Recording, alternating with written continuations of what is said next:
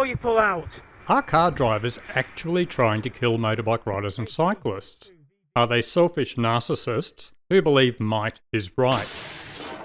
Are they just incompetent and shouldn't be in control of anything bigger than a remote control?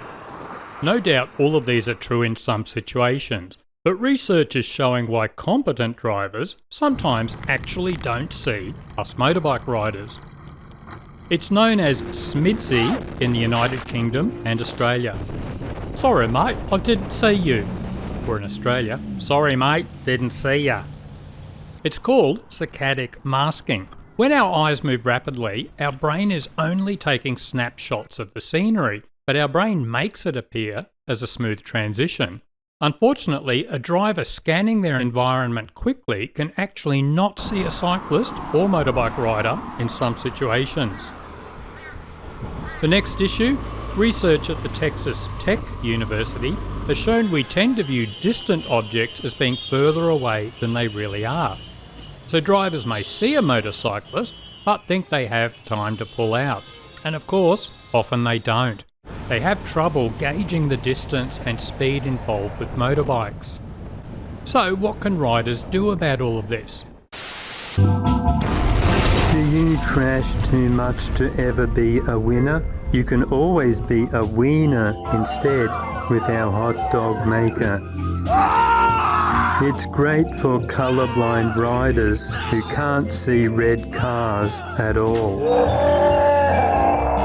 It's also good for Harley-Davidson riders because they can only go in a straight line, not corners.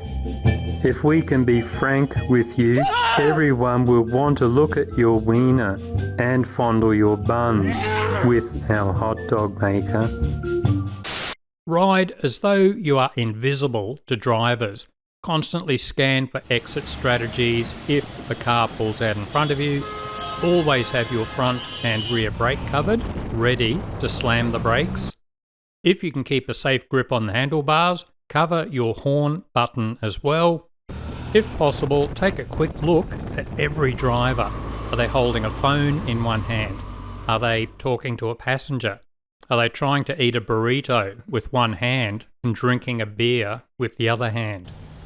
Ride in the wheel track closest to the centre line to increase your visibility. If you have never practiced emergency braking, find a quiet road and start practicing. And keep your speed down. Well, duh. This increases your chance of being seen despite saccadic masking. What about making yourself more visible? High visibility clothing, white helmets, driving lights, reflective tape on your bike. All of this can help, although it definitely won't completely solve the issues of saccadic masking and perceptual problems with distance and speed. There's a good website called Science of Being Seen that examines all the research to date and has some tentative conclusions about increasing our visibility. Check it out. And now a case study. 3 years ago, I was riding along this street under the speed limit. A driver wanting to pull out seemed to be looking straight at me and then pulled out. I was immediately on the horn and brakes, but he didn't seem to react and kept slowly pulling out. I narrowly missed the back of his car and hit the gutter. You can still see the scratch marks in the concrete. I hit the log fence, somersaulted in midair, then slid down to the bottom of this embankment. My thigh immediately swelled up like a balloon, so I thought I had fractured my femur and was internally bleeding. A passing cyclist called an ambulance. The driver? Nowhere to be seen. Thankfully, the x-rays at the local hospital showed it was only severe bruising and I was on crutches for 1 week. Was there any way to prevent this happening? Not really. Unless I'd slowed down to a jogging pace. But riding like that, I would be holding up traffic. Sigh. What about you? Ever crashed into a car pulling out? Near misses? Let's hear your stories. And more importantly, what are your tips for avoiding drivers behaving badly?